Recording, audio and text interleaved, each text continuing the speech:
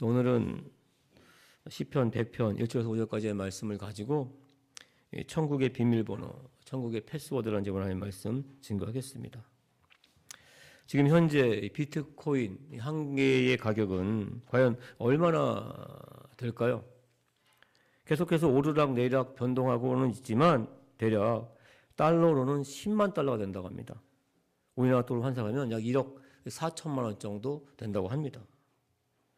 그런데 이 비트코인의 처음 가격은 대략 0.06달러, 그러니까 우리나라 돈으로 따지면 약 90원 정도에 불과했어요. 엄청난 반등, 급등이 아닐 수가 없습니다. 이렇게 엄청난 급등을 할 수 있게 된 그 까닭은 오직 2100만 개만 발행할 수가 있기 때문입니다. 그 희소성 때문이에요. 현재 채굴된 비트코인의 개수는 1900만 개라고 합니다. 지금 200만 개밖에 안 남았어요. 91%가 발행됐습니다. 이러한 희소성으로 말미암아 투자의 수요는 증가할 수밖에 없어요. 지금도 계속해서 이 비트코인은 오르고 있습니다. 이렇게 비트코인의 가격이 올라가면서 또한 대박을 친 회사가 있어요. 바로 이 컴퓨터 그래픽 회사인 엔비디아입니다. 이 비트코인을 채굴하는 데 있어서 굉장히 중요한 것이 이 컴퓨터 그래픽 카드예요. 일명 이 CPU라고 불립니다. 그런데 이 CPU가 AI에게 있어서도 정말 가장 중요한 핵심 부품입니다. 이 CPU, 이 컴퓨터 그래픽 카드를 얼마나 보유하고 있느냐에 따라서 그 나라, 그 회사의 AI 경쟁력, 기술력이 결정됩니다. 그래서 얼마 전 경주 에이펙에 온 그 엔비디아의 CEO 잭슨 황이 우리나라에 26만 개의 GPU 그래픽 카드를 주겠다고 했어요. 이게 굉장히 큰 이슈가 됐고 지금도 되고 있습니다. 그런데 이 비트코인보다 이 CPU보다 GPU보다 AI보다 더 중요한 것이 있어요. 그것은 바로 패스워드, 비밀번호입니다. 이 비트코인이 들어있는 전자 지갑을 열어서 거래할 수 있는 그 암호가 없으면 비트코인은 그냥 무용지물이 됩니다. 일례로 미국의 한 컴퓨터 프로그래머였던 그 스테반 토마스는 10년 전 그러니까 비트코인이 약 2달러, 그러니까 한 3,000원 정도 할 때 컴퓨터 보안 일을 해준 대가로 7,000개 정도의 비트코인, 그러니까 1,500만 원 정도를 받았어요. 이 보수를 받은 그 비트코인을 전자지갑에 보관해뒀습니다. 이 비트코인 가격이 급등하면서 그 전자지갑을 열려고 했는데 열리지가 않았어요. 10년 전에 입력한 패스워드가 정확히 기억이 나지 않았기 때문입니다. 지금 현재까지 8번의 패스워드를 입력했다고 합니다. 이제 입력할 기회는 단 2번밖에 남지 않았어요. 10번을 잘못 입력하게 되면 그 전자기갑은 그냥 닫혀버립니다. 3천억 원을 잃어버리게 될 상황에 놓여 있다고 합니다. 이처럼 이 패스워드를 잃어버려서 이 전자지갑을 열지 못하는 경우는 지금까지 발행된 비트코인의 그 거기에 이 수의 20%에 해당된다고 합니다. 자, 이렇게 된 이유는 과연 무엇일까요? 비트코인이 이렇게 지금처럼 그 가격이 급등할 줄 몰랐기 때문입니다. 이전엔 정말 푼돈에 불과하다는 생각을 했어요. 비트코인을 넣어둔 패스워드 그렇게 중요시 여기지 않았습니다. 그 패스워드의 중요성을 그렇게 깨닫지 못했어요. 또한 AI도 마찬가지예요. AI와 관련된 패스워드를 잃어버리게 되면 심각한 결과가 초래됩니다. 제 아무리 똑똑한 AI를 할지라도 보안이 뚫리면 무용지물이 됩니다. 무용지물을 넘어서 언제 어떻게 나를 공격해 올지 모르는 필요악이 되어버려요. 지금까지 정말 잘 사용해온 AI는 나의 모든 것을 알고 있어요. 절대로 알려져서 안 되는 치부 또한 알고 있습니다. 그 치부를 한순간에 드러낼 수도 있기 때문입니다. AI의 보안, 패스워드가 뚫리면 재산 잃어버린 것을 넘어서 인생이 망가질 수도 있어요. 이렇게 패시워드로 말미암아 일어나는 이슈들은 큰 것뿐만이 아니라 우리 일상 가운데도 아주 많이, 정말 아주 많이 있습니다. 현관문 패스워드 당장 잃어버리면 집에 들어갈 수가 없습니다. 오늘 본 말씀 시편, 이 100편 말씀은 우리에 있어서, 우리 인생에 있어서 가장 중요한, 절대로 잊어버리면 안 되는 이 패스워드를 알려주고 있는 말씀입니다. 시편 100편 말씀은 이스라엘 백성들이 성전 안으로 들어갈 때, 성전 문을 지나서 하나님 앞에 서게 될 때 하나님 앞에서 불렀던 찬송 시입니다. 1절 먼저 보시면 온 땅이여 야훼께 즐거운 찬송을 부를지어다 기쁨으로 야훼를 섬기며 노래하면서 그의 앞에 나아갈지다. 먼저 하나님께 기쁨으로 찬양을 드릴 것을 말씀합니다. 그 다음에 왜 기쁨으로 찬양을 해야 되는지, 하나님은 어떤 분인지 알려줍니다. 3절 보시면 야훼가 우리 하나님인 줄 너희는 알지어다. 그는 우리를 지으시니요 우리는 그의 것이니 그의 백성이요 그의 기르시는 양이로다. 하나님은 우리를 지으셨고 우리를 기르시는 분이기 때문에 우리는 먼저 이렇게 찬양을 해야 된다. 이렇게 하나님을 소개합니다. 그 다음 4절 말씀 보시면 성전에 들어가게 되는 방법을 하나하나 알려줍니다. 감사함으로 구문에 들어가며 찬송함으로 그의 궁정에 들어가서 그에게 감사하며 그의 이름을 송축할지어다. 이 성전에 들어가기 위해서 가장 중요한 것은 감사, 찬송이라는 말씀이에요.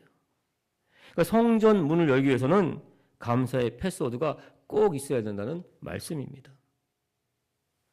유진 피터슨이 쓴 메시지 성경이라는 성경이 있습니다. 우리가 사용하는 개정개혁 성경은 우리나라 기독교의 공적 기관 성서공회에서 발행한 성경책이에요. 그래서 사실 또 발행된 지도 오래됐고 그 문구가 옛날 말입니다. 그래서 언어가 약간 달라요. 또 시대적 방향도 약간 다릅니다. 그래서 성경책을 읽는 데 있어서 신학적 배경, 성경적 배경을 좀 알고 있지 않으면은 그 말씀을 우리가 이해하기 힘들 때가 있어요. 그래서 유진 피터슨은 지금 이 시대의 상황과 그 언어적 배경에 맞게끔 성경 말씀을 번역했어요. 물론 유진 피터슨이라는 한 개인의 번역입니다. 한 개인의 묵상을 통해서 한 번역이에요. 신학적 배경으로 쓰여진 말씀이기 때문에 읽는 각각의 사람에 따라서 각각 다른 관점으로 이해하고 해석할 수도 있습니다. 하지만 그럼에도 불구하고 유진 피터슨의 메시지 성경은 많은 기독교인들에게 깊은 영감, 통찰력을 주고 있는 것이 사실입니다. 유진 피터슨의 메시지 성경 시편 100편 이 4절 말씀을 먼저 우리나라 말로 번역한 것을 보게 되면 그분의 집에 들어갈 때 잊어서는 안 되는 것이 감사입니다. 감사함으로 그분을 경배하고 그분을 높이세요. 이렇게 우리나라 말로 번역이 되어 있는데 이것을 영어 원문으로 보게 되면 Enter with a password 이렇게 나와 있어요. 무슨 말씀이에요? 그분의 집에 들어갈 때 사용하는 패스워드는 Thank you, 감사합니다. 이렇게 분명히 번역되어 있습니다. 그렇습니다. 하나님의 집, 성전, 나아가서 천국 문을 열고 들어가는 패스워드는 바로 감사라는 사실입니다. 패스워드 잊어버리면 3천억 원의 비트코인 무용지물 됩니다. 현관문 열리지 않아요? 열리지 않듯이 감사의 패스워드를 잊어버리게 되면 천국 문은 절대 열리지 않는다는 말씀입니다. 또한 아무리 똑똑한 AI일지라도 패스워드, 보안이 뚫리면 인생을 잃어버리게 됩니다. 감사라는 패스워드 제대로 사용하지 못하게 되면 천국을 잃어버리게 된다는 말씀이에요. 그래서 이 비트코인, 이 AI보다 더 중요한 것은 우리에게 있어서 천국입니다. 잃어버린 재산은 다시 찾으면 돼요. 망가진 인생 다시 세울 수 있습니다. 하지만 천국에 한번 들어가지 못하면 영원한 지옥이 우리와 함께 있기 때문입니다. 출애굽한 이스라엘 백성들이 대표적인 경우입니다. 출애굽한 1세대 이스라엘 백성들은 분명한 하나님의 백성이었습니다. 6월절 어린양의 피를 문설주에 발랐어요. 사망의 천사가 그들을 넘어갔습니다. 어린 양 6월절 어린양의 피로 분명히 구원을 받았어요. 또한 하나님 말씀에 의지해서 홍해를 건넜습니다. 죄와 사망의 권세에서 해방됐어요. 광야 40년 동안 엄청난 하나님의 은혜를 체험했습니다. 뭐 살아계신 하나님을 만났어요. 봤습니다. 그런데 감사를 잃어버린 이스라엘 출애굽한 1세대 이스라엘 백성들, 그 입술의 고백 가운데 나온 주된 고백은 원망과 불평이었어요. 감사를 잃어버렸습니다. 감사의 패스워드를 사용하자는 이스라엘 백성들 모두 다 가나안 땅에 들어가지 못합니다. 광야 가운데 죽음을 당합니다. 오늘 본 말씀을 가지고 감사의 패스워드를 잊어버리지 않으면, 또 잘 사용하면 어떻게 되는지 한번 살펴보는 시간을 갖겠습니다. 첫 번째, 하나님의 뜻을 잘 알아야 돼요. 말씀과 기도 가운데 하나님의 뜻을 보는 눈과 귀가 열려야 합니다. 이 말씀을 준비하면서 SNS에 쓰여진 한 아버지의 사랑, 감사에 대한 이야기가 눈에 들어왔어요. 한 아버지가 한밤중에 화장실에 가기 위해 거실을 나왔어요. 한밤중인데 아들 방문 틈 사이로 환한 불빛이 새어나오고 있었습니다. 아들이 지금까지 열심히 공부했구나, 이런 생각에 슬며시 방문 틈으로 아들을 살펴보는데 아들이 공부하는 것이 아니라 열심히 게임을 하고 있었어요. 순간 천불이 터져 나왔습니다. 당장 방문을 박차고 들어가서 혼낼까 하는 생각이 들었어요. 하지만 문득 이런 생각이 들었습니다. 그래도 내 아들이 아프지 않고 이 시간까지, 이 밤늦게까지 게임을 할 수 있는 것, 이 체력이 있으니 감사하구나, 이런 생각이 들었습니다. 아버지는 한 발 물러서서 먼저 건강한 곳에서 감사 기도를 드렸어요. 기도하는 가운데 만약 방문을 열고 지금이 몇 시인데 너 때문에 내가 못 산다, 게임에 미친 거 아니냐, 숙제는 다 했냐, 이런 소리를 질렀다면 과연 어떻게 됐을까 하는 생각이 들었습니다. 그렇게 한다고 해서 아들은 절대 바뀌지 않는다는 생각이 들었어요. 또 그렇게 생각하니 먼저 건강한 것이 생각난 것, 이것 또한 감사하게 됐습니다. 그렇게 아버지는 소파에 앉아서 계속해서 꼬리에 꼬리를 무는 감사에 대해서 묵상하면서 조용히 기도를 했습니다. 이렇게 감사 기도를 하는 그 아버지의 모습을 아들이 봤으면 참 좋을 것 같은데 그런 내용은 적혀 있지 않았어요. 그런데 그 생각과 동시에 내 마음 가운데 딱 든 생각은, 아버지는 정말 아들을 사랑하는구나, 사랑의 눈, 소망의 눈으로 아들을 바라보겠구나 하는 생각이었습니다. 똑같은 상황입니다. 똑같은 위치에 있어요. 하지만 사람들은 각각 다른 생각을 하고 다른 말을 합니다. 우리 먼저 하나님의 백성들은 감사의 말을 떠올려야 될 줄 믿습니다. 우리 성도님들 먼저 감사할 것을 바라보길 주님의 이름으로 축원을 드립니다. 대부분의 사람들, 보통 사람들은 원망하고 불평할 수밖에 없는 그런 상황이에요. 그 상황 가운데 감성과 찬송을 드리는 성경 말씀 4권이 있습니다. 옥중서시라고 불리는 에베소서, 빌립보서, 골로새서, 빌레몬서예요. 옥중서신, 말 그대로 감옥 안에서 쓴 편지입니다. 사도 바울은 감옥 안에 갇혀 있습니다. 그럼에도 자신이 복음을 전했던 그 교회들, 이 교회들에게 다시 한 번 더 편지를 씁니다. 그런데 이 옥중서신, 이 4권의 성경책 다 모두 다 1장 처음 말씀에서 강조하는 것이 있어요. 에베소 1장 16절 보시면 내가 기도할 때 기억하며 너희로 말미암아 감사하기를 그치지 아니하고, 1장 말씀입니다. 빌립보서 1장 3절 내가 너희를 생각할 때마다 나의 하나님께 감사하며, 고린도서 1장 3절입니다. 우리가 너희를 위하여 기도할 때마다 하나님 곧 우리 주 예수 그리스도의 아버지께 감사하노라. 빌레몬서 1장 4절 5절입니다. 내가 항상 내 하나님께 감사하고 기도할 때 너를 말함은 주 예수와 및 모든 성도에 대한 너의 사랑과 믿음이 있음을 들음이니. 사도 바울은 감옥 안에서도 감사했어요. 그 감사한 것을 그 4개의 교회에 편지로 보냅니다. 이렇게 감사할 수 있던 것은 사도 바울이 이렇게 감옥 안에서도 감사할 수 있었던 것은 하나님의 크신 뜻을 알고 있었기 때문입니다. 이 감옥생을 통해서, 이 편지를 통해서 십자가의 복음, 하나님의 말씀이 더욱더 강력히 전할 것을 사도 바울은 믿고 있었습니다. 그리고 무엇보다 사도행전 16장 25, 26절 보시면 한밤중에 바울과 실라가 기도하고 하나님을 찬송하며 제자들이 듣더라. 이에 갑자기 큰 지진이 나서 옥토가 움직이고 문이 다 열림에 모든 사람의 매인 것이 다 벗어진지라. 사도 바울은 이미 이전에 한참 전에 빌립보 지역에 있는 감옥에 갇혔을 때 감사와 찬송을 불렀어요. 이때 감옥문이 열렸습니다. 하나님의 크신 은혜를 체험했습니다. 사도 바울은 지금도 하나님이 필요하다면 이 감옥문 열어주실 것이다 이렇게 믿고 있었어요. 하지만 열어주지 않은 것 또한 내가 감옥에서 분명히 하나님의 큰 뜻을 이룰 것이 있다 이것을 믿고 있었기 때문입니다. 그래서 제가 누누이 말씀드립니다. 하나님은 믿음을 환경 가운데 두지 않았고 우리 마음 가운데 뒀습니다. 우리 마음 가운데 믿음을 뒀다는 사실입니다. 한 집사님이 눈이 아파서 병원을 갔어요. 의사는 눈에 심각한 문제가 있다고 말합니다. 수술해야 된다고 그래요. 하지만 수술하더라도 지금 같은 시력을 갖지 못하게 될지도 모른다 이런 말을 해요. 그런데 막상 수술을 해보니까 그렇게 심각한 문제가 없었어요. 간단하게 수술을 마칠 수 있었습니다.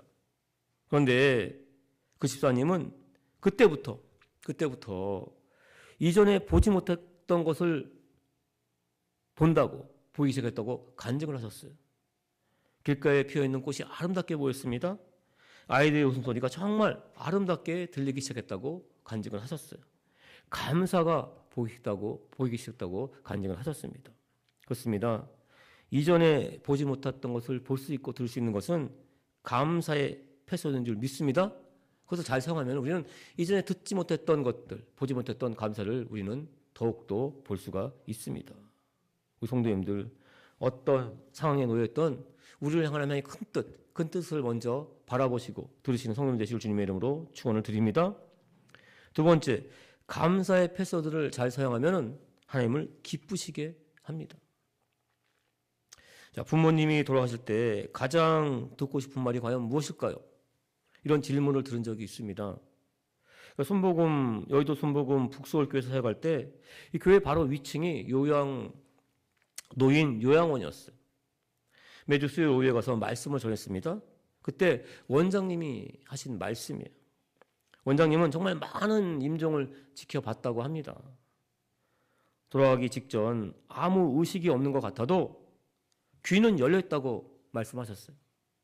정말 말 조심해야 된다 이렇게 말씀하셨습니다. 그리고 부모님이 가장 듣기 좋은 말은, 듣고 싶은 말은 감사합니다. 낳아주셔서 감사합니다. 키워줘서 감사합니다. 이 감사의 말이었다고 말씀을 하셨어요. 의식이 없어 보여도 정말 자식이 찾아와 진심 어린 감사의 말을 하게 되면 어떻게 해서든지 반응하는 것을 원장님은 정말 많이 봤다고 말씀을 하셨어요. 그리고 덧붙여서 더욱더 중요한 것은, 그래서 중요한 것은, 많이 될 것은 살아계실 때 감사합니다. 이 말을 많이 하라는 말씀을 하셨습니다. 하나님도 마찬가지인 줄 믿습니다. 하나님께서도 감사의 말을 들을 때 가장 기뻐하십니다. 그래서 성경 말씀을 보면 정말 하나님을 기쁘게 하심으로 말미암아 죽음을 보지 않고 천국의 문을 연 인물이 있어요. 에녹입니다. 히브리서 11장 5절 보시면 믿음으로 에녹은 죽음을 보지 않고 천국으로 옮겨졌으니 하나님이 그를 옮기심으로 내가 다시 보이지 아니하였느니라. 그는 옮겨지기 전에 하나님을 기쁘시게 하는 자라는 증거를 받았느니라. 에녹은 하나님이 나와 항상 함께 하신다, 동행한다는 믿음이 있었습니다. 이러한 믿음이 생길 수 있었던 것은 나의 삶의 자리 가운데 함께한 하나님의 은혜를 정말 많이 체험했기 때문입니다. 그 은혜를 많이 체험하고 그 은혜에 감사했습니다. 감사하다 보니까 자연스럽게 에녹은 죽음을 보지 않고 하나님을 기쁘게 하심으로 말미암아 천국에 올라갈 수 있었던 것입니다. 이번 11조 기도회 가운데 살펴볼 다윗도 마찬가지예요. 다윗도 하나님을 가장 기쁘시게 하는 것은 감사와 찬송이라고 고백을 했습니다. 다윗이 쓴 시편 69편을 보면 분명한 말씀이 나와 있어요. 시편 69편 30절 31절 말씀입니다. 내가 노래로 하나님의 이름을 찬송하며 감사함으로 하나님을 위대하다 하시다 하리니 이것이 소 곧 뿔과 굽이 있는 황소를 드림보다 야훼를 더욱더 기쁘시게 함이 될 것이니라. 또한 이 다윗 왕 때 하나님께 드리는 제사장이고 또한 성가 대장이었습니다. 이 아삽이라는 사람이 있어요. 이 아삽이 쓴 시편 50편에도 하나님이 기뻐하시는 감사의 제사에 대해서 말씀하고 있습니다. 아삽은 정말 제사장입니다. 수많은 제사를 드렸어요. 수많은 사람들이 나름대로의 희생 제물을 가지고 와서 드리는 제사를 많이 받습니다. 그 수많은 제사 중에서 하나님이 원하시는 참 제사는 과연 무엇인가? 이 아삽은 분명히 보고 알고 있었어요. 고백합니다. 시편 50편의 그 모든 내용, 그 마지막 절에 23절에 결론적으로 고백을 합니다. 시편 50편 23절 말씀이에요. 감사로 제사를 드리는 자가 나를 영화롭게 하나니 그의 행위를 옳게 하는 자에게 내가 하나님의 구원을 보리라. 제가 한때 입원했던 신촌 세브란스 병원 심장병동 벽에 쓰여 있는 기도문이 있는데 그 기도문의 제목은 하나님 감사합니다라는 그러한 시였어요. 기도문이었습니다. 하나님 뜻 가운데 병들게 하심을 감사합니다. 인간의 나약함을 깨닫게 해주기 때문입니다. 또 고독하고 외로운 것도 감사합니다. 그것은 하나님과 가까워지는 기회가 되기 때문입니다. 일이 계획대로 안 되고 터진 것도 감사합니다. 그래서 저의 교만이 깨지기 때문입니다. 돈이 떨어지고 사고 싶은 것도 마음대로 못 쓰게 하신 것도 감사합니다. 눈물 젖은 빵을 먹는 이의 심정을 이해하게 됐기 때문입니다. 이런 내용이 쭉 이어지다가 맨 마지막에 이런 구절이 있어요. 하나님, 그럼에도 불구하고 제가 감사할 수 있는 마음을 주신 것 더욱 감사드립니다. 신촌 세브란스 병원은 다 아시다시피 언더우드 목사님이 그 미국의 한 유명한 사업가 헨리 세브란스라는 그런 사업가에서 받은 그 거액의 후원금으로 세워진 우리나라 최초의 종합 근대식 병원입니다. 기독교 정신, 믿음으로 세워진 병원입니다. 그런 병원에 특히 심장병동, 굉장히 생사를 다투는 환자들이 많이 있는 곳이에요. 또한 일반 사람들 많이 있는 곳입니다. 이런 병동에 그런 문구가 기도문이 쓰여 있다는 것은 많은 사람들에게 이 감사의 중요성을 알리기 위한 것입니다. 생사를 다투는 건 마지막 순간에도 우리가 할 수 있는 것은 하나님을 기쁘시게 하는 것은 감사라는 사실을 보여주고 있는 것입니다. 우리 성도님들 감사함으로 하나님을 기쁘게 하실 주님의 이름으로 축원드립니다. 세 번째, 이 감사의 패스워드를 잘 사용하면 더욱더 큰 하나님의 은혜를 받게 됩니다. 정말 상상할 수 없는 은혜, 기적과 이적이 우리 삶의 자리 가운데 나타나게 됩니다. 이번 11조 기도에서는 이 본질적인 감사, 그리고 다윗의 감사, 또 바울의 감사에서 말씀을 나눌 거예요. 추수 감사 주일에는 예수님의 감사에 대해서 말씀을 나눌 예정입니다. 예수님께서 하신 감사에 대한 말씀을 준비하면서 새롭게 깨닫게 된 것이 많이 있었어요. 그 중에 정말 예수님의 말로 사람이 생각할 수 없는 상황 가운데 감사하셨구나 였습니다. 그 감사로 말미암아 정말 크신 하나님의 은혜와 기적이 나타났구나를 깨닫게 됐어요. 잠깐 말씀드리면 예수님은 5,000명을 먹이기엔 턱없이 부족합니다. 물고기 2마리와 떡 5개를 넣고 감사의 기도를 하셨어요. 5,000명을 먹이셨습니다. 이미 죽은 지 사흘이나 지난 시체, 이 시체를 놓고 감사의 기도를 하셨습니다. 죽었던 나사로가 살아났어요. 죽음의 형틀입니다. 잔혹한 십자가를 앞에 놓고 감사의 기도를 하셨습니다. 죽은 자들 가운데 살아난 부활의 첫 열매가 되셨습니다. 예수님께서는 감사의 패스워드를 잘 사용하게 되면 우리가 받게 된 그 하나님의 얼마나 큰지에 대해서 직접 보여주셨어요. 기적과 이적을 통해서 직접 보여주신 것입니다. 한 걸음 더 나아가 예수님은 우리가 하나님의 은혜에 감사하면서 받게 되는 그 하나님의 큰 은혜를 직접 또 보여주셨습니다. 우리가 예수님께서 갈릴리와 사마리아 지역 사이로 지나가실 때 10명의 나환자가 멀리서 예수님, 우리를 불쌍히 여겨주셔서 이렇게 외칩니다. 예수님은 그들에게 말해요. 가서 깨끗해진 너의 몸을 보이라. 제사장의 너의 몸을 보이라. 이렇게 말씀하세요. 말씀에 순종해서 가는 도중에 정말 이 나병 환자들이 깨끗해졌습니다. 그런데 누가복음 17장 15, 16절 보시면 그중 한 사람이 자기가 나은 것을 보고 큰 소리로 하나님께 영광을 돌리며 돌아와 예수의 발 아래 엎드려 감사하니 그는 사마리아 사람이라. 그 중에 한 사람 사마리아인 이 사람만이 돌아옵니다. 예수님의 발 앞에 엎드려 감사를 드려요. 그런데 왜 그 많은 9명의 유대인은 없고 이 사마리아인만 돌아와서 감사를 받았던 것일까? 멸시와 천대를 받던 이 사마리아인만 돌아온 것일까? 9명의 나병 환자들은 유대인입니다. 그들은 지금 받은 은혜에 물론 감사하죠. 하지만 제사장한테 가서 먼저 율법 가운데 깨끗함을 받았다고 인정을 받는 것, 이것을 더욱더 먼저 생각했어요. 중요시 여겼어요. 하지만 이 사마리아는 사실 천대받던 이방인이나 다름없습니다. 제사장 앞에 나아가기 굉장히 어려운 그러한 소외된 이방 사람이었어요. 그래서 먼저 떠오른 것은 정말 은혜 받을 수 없는 내게 주신 그 은혜, 이 은혜였음을 이 사마리아는 절실하게 감사하고 감사했습니다. 율법 가운데 제사장 앞에서 인정받는 것보다 은혜 주신 예수님께 먼저 돌아가서 감사하는 것, 이것이 중요하다고 깨달았어요. 그래서 예수님 발 앞에 엎드려 감사를 드렸습니다. 이 감사는 더욱더 큰 감사를 만들어냅니다. 누가복음 17장 17절에서 19절입니다.